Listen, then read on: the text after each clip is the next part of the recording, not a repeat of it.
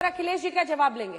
वो कह रहे हैं एक तो अकाउंटेबिलिटी और साथ ही कह रहे हैं कि अगर महीने महीने इतनी होती है, लगभग 8-8.5 लाख नौकरियां हर साल सरकार एक प्लान के साथ बढ़ रही है जो यूपीए के कार्यकाल से बेहतर है।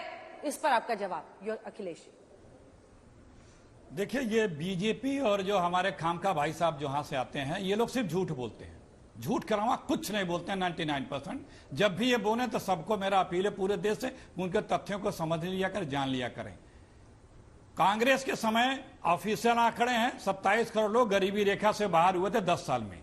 मोदी जी के समय 25 करोड़ लोग गरीबी रेखा में आए हैं।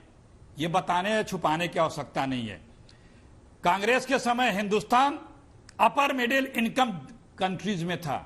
अभी पिछले साल आदरणीय मोदी जी की कृपा से हिंदुस्तान लोअर मिडिल इनकम देश में आ गया, जिसमें तमाम छोटे छोटे ये सब आंकड़े सर, ये वर्ल्ड बैंक के आंकड़े हैं, ये हमारे नागपुर घराने के नहीं है, ये वर्ल्ड बैंक के आंकड़े बता रहा हूं। जितना कर्जा 1914 तक भारत ने 54 लाख करोड़ रुपया कर्जा, हर प्रकार का कर्जा मिला के लिया था, आदरणीय मोदी जी के राज में मात्र 8 वर्षों में 102 लाख करोड़ रुपया कर्जा लिया है। हमारे आईएमएफ की जो रिपोर्ट है उसमें बताया गया है कि हमारा जीडीपी का 2023 तक कर्जा 84% हो जाएगा, जो 2023 बड़ा खतरनाक भी होगा। यह बताने की आवश्यकता नहीं है। प्रति व्यक्ति कर्जा हमारे समय में 43,124 रुपए था, आदरणीय साहब के समय में 1,09,000 प्रति व्यक्ति है कर्जे को लेकर के। सिर्फ झूठ के अलावा ये कुछ नहीं बताते हैं और उसी चीजों पे ये इस बार मात खाने जा रहे हैं। आज है क्या गुजरात में आप नौकरी दे नहीं पा रहे हैं, भ्रष्टाचार चरम पे है, अपराध देख ही रहे हैं, कंट्रोल नियंत्रित नहीं कर पा रहे हैं।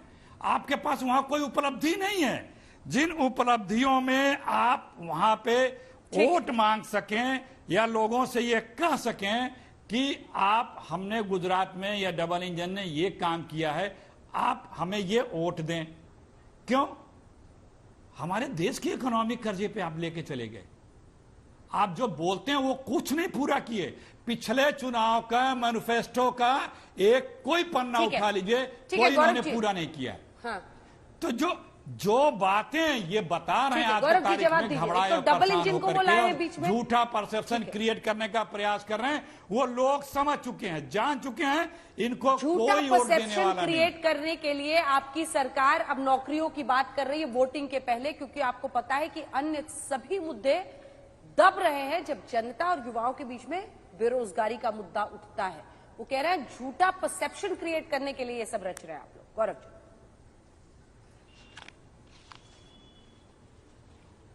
देखिए अंजना जी, पूरा भारत गुजरात जानता है झूठा कौन। झूठा केवल कांग्रेस पार्टी और कांग्रेस पार्टी के नेता हैं। मैं वजह बता दूंगा, लेकिन मैं एक बात उससे पहले जरूर उठाना चाहूंगा। क्या हम भूल गए हैं कांग्रेस के समय में फ्रेजाइल 5 थी हमारी अर्थव्यवस्था। फ्रेजाइल 5 आज 5वीं सबसे बड़ी अर्थव्यवस्था है विश्व में। आंकड़े तो ये हैं, सच्चाई तो ये है। पिछली तिमाही में 13.5% से हमारी ग्रोथ हुई, पूरे विश्व में सबसे ज्यादा। जितनी बड़ी इकोनॉमी है उस सब में भारत की अर्थव्यवस्था सबसे तेजी से बढ़ रही है। इनके समय में महंगाई दर डबल डिजिट में थी, अब कम रहती है, औसतन 4-4.5% रहती है। लेकिन आज सवाल क्या है, देखिए झूठ पकड़ना है इनका। मेरे हाथ में देखिए CMI डेटा है, ये नवंबर का है। झारखंड में ये भी साथी है सरकार में 16.5% बेरोजगारी दर है और राजस्थान में 30.7। दिखा दीजिए, कैमरा जूम करे। और गुजरात में कितनी है? 1.7%। राष्ट्रीय औसत 7.6%, गुजरात में 1.7%, मतलब 25% है राष्ट्रीय औसत के। और इनका राजस्थान में सरकार है, वहां गुजरात के बनिस्बत पर करीब आप मान के चलिए कि 18-19 गुना ज्यादा बेरोजगारी है। कोई उत्तर नहीं देंगे उस पे। और मैंने आपको गुजरात के आंकड़े दिए, मैं आपको 1-2 बातें और बता दूं। अभी बोला जा रहा था, जो जंगल राज पार्टी है उसके प्रवक्ता बोल रहे थे, हमने देखा जब ये बिहार में लौटे किस तरह से वहां जंगल राज वापस आ गया। लोगों ने कहना शुरू करा जंगल राज रिटर्न्स। ठीक है, नमस्ते ईपीएफ सर। डेटा 2021 का कहता है अंजना जी 1,20,00,000 नई नौकरियां लगी हैं। ईपीएफ डेटा रिलायबल डेटा होता है। और 2023 फाइनेंशियल ईयर फर्स्ट क्वार्टर का डेटा 47,30,000 मतलब साल में करीब करीब 1,90,00,000 नौकरियों की बात करता है। क्या दिखाता है? ये दिखाता है कि नौकरियां आ रही हैं। पूरे देश में 36 करोड़ मुद्रा योजना के लोन 17 लाख करोड़ रुपए दिए गए, रोजगार के अवसर पैदा हुए। लेकिन मैं ये पूछना चाहता हूं और ये कस के पूछिएगा अंजना जी, राजस्थान का इनका मैनिफेस्टो है। मैं उन्होंने जवाब कहा दूं क्या? शिक्षित बेरोजगार युवा वर्ग को 3500 रुपए प्रति माह तक का बेरोजगारी भत्ता दिया जाएगा। मैं पूछना चाहता हूं कितने लोगों को बेरोजगारी भत्ता दिया गया है? गुजरात मॉडल क्या है मैंने बताया, किस तरह से शिक्षा में, स्वास्थ्य में, स्टार्टअप में, हर घर में जल हो। 97% देश को सबसे बेकार बनाने वाला मॉडल है। जो ड्रॉप आउट रेट था वो 33%। बीच में मत बोलिए, बीच में मत बोलिए।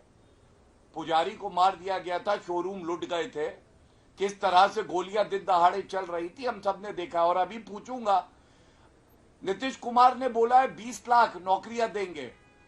2.5 साल से तो मुख्यमंत्री हैं, कृपया करके जनता को बताइए, क्या गोली चलाने से, जंगल राज लाने से, डकैती करने से नौकरियां मिल रही? कितनी नौकरियां दी हैं? 10 लाख सरकारी नौकरियां और 10 लाख निजी कंपनियों में नौकरियों की बात करी नीतीश कुमार ने। एक मिनट शांत रहिए, शांत रहिए अंजना जी, बीच में देखिए ओछापन मत करा करिए, अपनी बारी का इंतजार करिए प्लीज। कितना अंजना जी, अरे मैं केवल ये बात कह के अंत करूंगा। आज कांग्रेस पार्टी जो है वो इस बात का, सुनिए, गुजरात में तो आपकी एक सीट नहीं है, शांत हो जाइए, कांग्रेस पार्टी से बात करने दीजिए।